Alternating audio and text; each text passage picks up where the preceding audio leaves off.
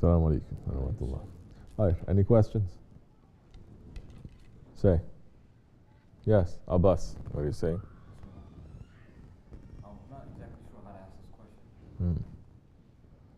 When Shaitan plays his tricks, and how does he know how to play a trick or what to play on you? Does he know what's in your mind or what's in your ego? Yeah, that's a good question. Because Shaitan, in reality, he doesn't know us. Correct? If Shaitan knows mankind, if Shaitan knows Hazrati Insan, he would have made that prostration. Man doesn't know who man is. But Shaitan knows that we have a treasure in there that he does not have.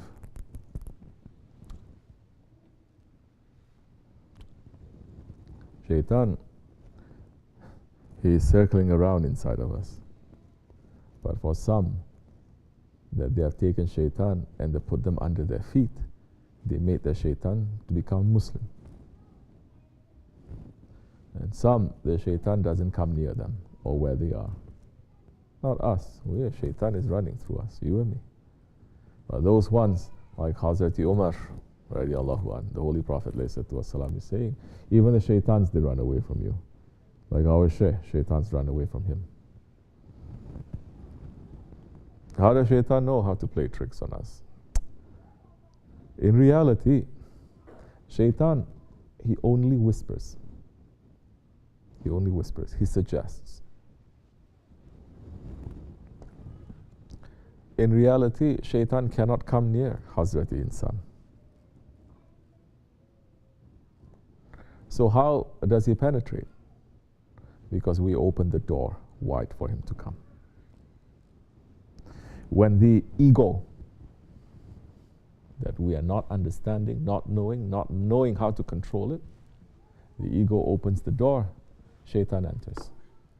Shaitan can go through everything, Shaitan will know. But even then, Shaitan is only given the power to suggest. The ego takes it and runs with it. You understand? The ego takes it and it runs with it. That's why it is important for us to know ourselves first. Holy Prophet ﷺ is saying the one who knows himself, he knows his Lord. Now, if we know ourselves, do you think we're not going to know Shaitan? We will. Because in reality, our ego, it is more powerful than Shaitan. You understand? Shaitan has worshipped for hundreds and thousands of years. How long have we worshipped?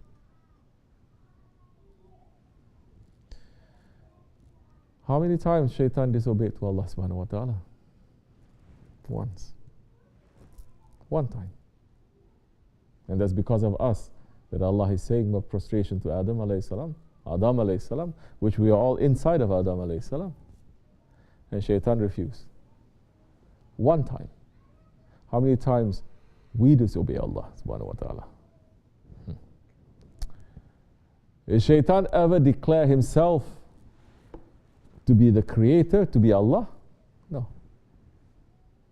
Is Shaitan still believing in Allah? Yes. As the creator? Yes. Whatever that Shaitan is doing now,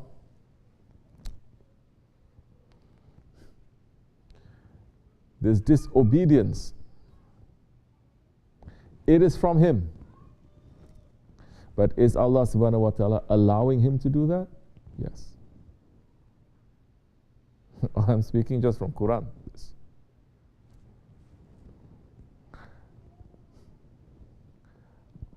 Does our ego declare lordship? Yes. Shaitan doesn't declare lordship. You understand? That's why in the way of tasawwuf, we have to look at that pharaonic nature of our ego. That one time, Firaun is saying, Ana Rabbul Ala, I am your greatest Lord. And he's making everyone to worship him. Now everyone thinks they are Lord. You do something, they say you are the creator. You create this and you create that. Especially 21st century, people, Muslims and non-Muslims, we have become tyrants, thinking we are the creators of our destiny. And we are the ones who's going to decide everything for ourselves and about this world, taking Allah, our creator, out from the picture completely. Did Shaitan ever declare himself to be a Lord? No. Firaun did. And Firaun is inside of us. That we're saying, if you're not understanding that your ego is worse than Firaun, then you don't have belief yet. You're still not serious. And he goes on to say, if you're not looking at your ego worse than Nimrud. And Allah subhanahu wa ta'ala, He likes Firaun more than Nimrud. Firaun is Firaun, but He likes Firaun more than Nimrud because Firaun was very generous. He was a good ruler. He was generous. He was disobedient to Allah, to His Prophet. He became a tyrant, yes. Goes on to say, if you are not understanding that your ego is worse than Abu Jahil and Shaitan, then we are not in the right way. You understand? Not to look to others and say they are Shaitan. Not to look at other people or Jews or Christians or unbelievers and say they are Shaitan, they are Firaun, they are Abu Jahil, they are Nimrud. No, us. Inside of us. Then what you're going to go through in this way, as you go through your life, as you go through the Dergah, as you go through holding on to the Shaykh, you are going to, one by one, little by little, understand how much of a Firaun you are. And if you are not understanding through the easy way, you're going to understand through the hard way. They're going to pull it out from you, and you're going to say, Allah, Allah, this is me. I have this capacity. If you're not fixing yourself through the easy way, that's what they're going to do. If you fix yourself through the easy way, it's over. If you're not, then you're going to discover where this destruction is coming from. That I feel that I want to destroy everything, my life, the ones whom I love, their lives. That if power is given to me, I would have even destroyed this whole world just to give me that satisfaction. You know what I'm talking about, every single one of you. You know that moment where you're thinking nothing else exists except for you. That moment of anger, especially. Faith is out from your heart. That moment of depression. That moment of destruction.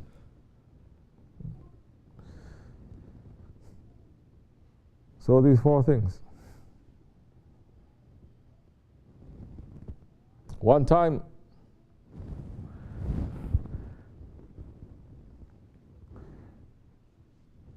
Firaun was in his room, and there was a knock on the door. And Firaun said, "Who is there?" Shaitan appeared. Shaitan looked at him and said, "You melun, what an idiot you are. You're declaring yourself Lord, and you don't even know who is behind the door." When a man thinks he's the only thing, only one, only thing in existence, at that time, he's declaring lordship. Shaitan doesn't. Shaitan is saying, I never declare myself Lord. So, how the Shaitan knows? Shaitan has known us for thousands of years. Shaitan has sat and has observed. He has gone through us. He has entered into everything. But Shaitan cannot have access to Hazrati Insan. Those ones who are Bani Adam, those ones who are really the children of Adam alayhi salam, Safiullah, meaning the pure one, the first ones. But those ones that they're only acting with their ego, and this is beyond what you look like, what you wear, whether you go up and down, how much zikr you make. You understand? You're not understanding your ego, you're not taking it under your feet, you're not holding it and controlling it. It will control you no matter what you do. You call yourself a Sufi, you call yourself a Muslim, you call yourself a believer. You're not understanding that part and controlling it. It is controlling you. That time, it opens the door wide for Shaitan to enter. And Shaitan enters, he can take over very easily. Understand? So this is a way for us to understand ourselves. Tariqah is to learn.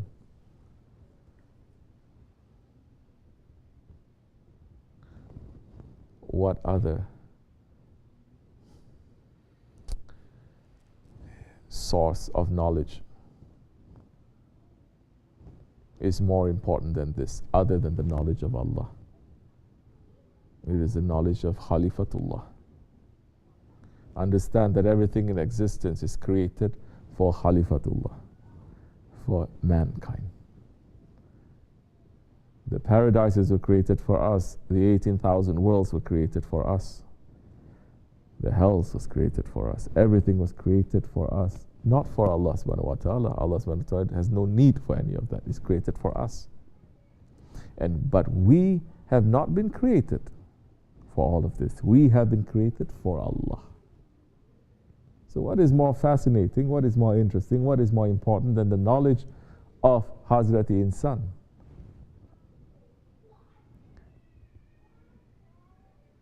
You can know all the knowledges of this world, you can know all the knowledges of all the thousands of alams, but you don't know yourself. You can know the knowledges of all the 4 books, the Torah, Injil, Zabur and the Quran. You know all of that, but you don't know yourself.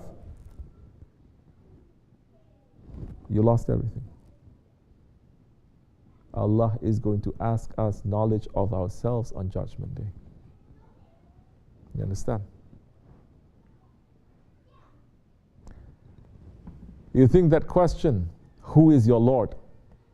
Just because we memorize it here and we know how to answer it, we are going to be able to answer in the grave to the angel who asks us, our Lord is Allah.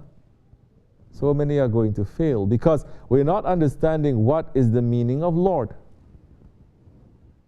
That time the heart is going to speak. Whatever is in your heart, it will show. Whatever that is in your heart as Lord, it is going to show. You're making zikr, you're worshipping, you're being very good, mashallah. But in your heart, you're secretly just worshipping yourself. You're going to say, my Lord is myself.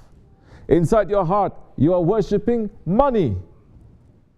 You wake up thinking about money, you go to sleep thinking about money. You're worshipping it. Once in a while you're praying a little bit, but you go back to it. You can make Hajj 100 times.